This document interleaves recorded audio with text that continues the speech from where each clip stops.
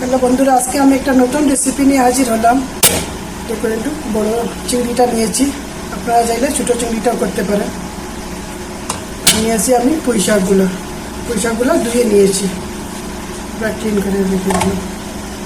আর ডাঁটাগুলো আমি পুরো বয়েল করে নিয়েছি।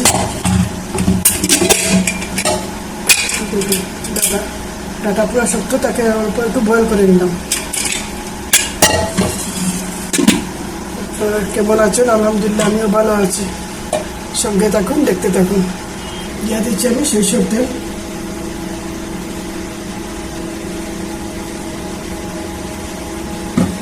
আর চিংড়িগুলো আমি হলুদ আর লবণ দিয়ে মেখে রেখে দিলাম, দিয়ে দিব।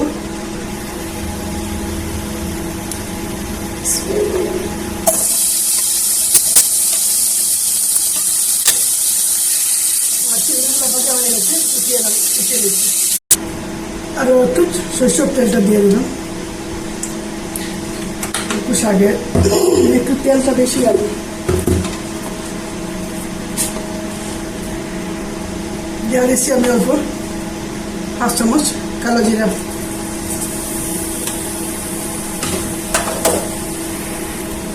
দিয়ে দিচ্ছি পেঁয়াজ বাটা।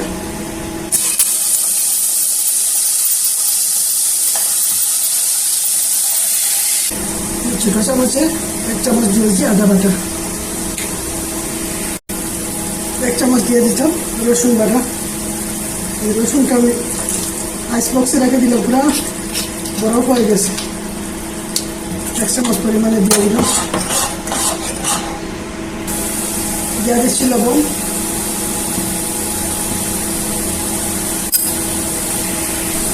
দিয়ে দিচ্ছি মশলাগুলো। 1/2 চামচ দিয়েছি হলুদের গুঁড়া, 1/2 চামচ ধনিয়া গুঁড়া, 1 চামচ কাশ্মীরি লঙ্কা গুঁড়া, 1/2 চামচ জিরা গুঁড়া, অল্প একটু গোলমরিচের গুঁড়া দিয়ে দিলাম।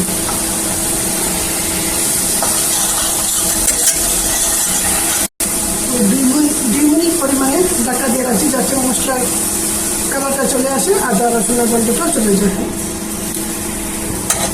মশলাগুলো ভাজা হয়ে গেছে। দিয়ে দিচ্ছি ডাঁটাগুলো, দিয়ে দিচ্ছি চিংড়িগুলো দিয়ে দিলাম।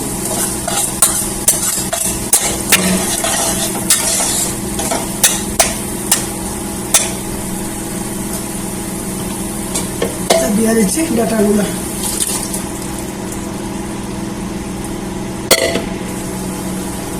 দিয়ে দিচ্ছি আমি পুঁই শাকগুলো।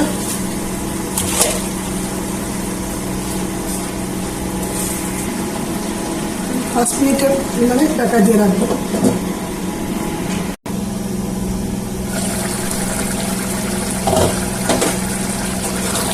এরকম হয়ে গেছে আমার।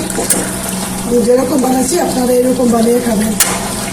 অল্প অল্প ঝুল থাকবে, বেশি ঝুল দেবেন না। আমি যেরকম বানাচ্ছি আপনারা এইরকম একবার বানিয়ে খেয়ে দেখবেন। সাবস্ক্রাইব করবেন, বেল আইকনটা প্রেস করে দেবেন, লাইক করবেন, কমেন্টে জানাবেন আমার রান্নাটা আপনাদের কীরকম হচ্ছে।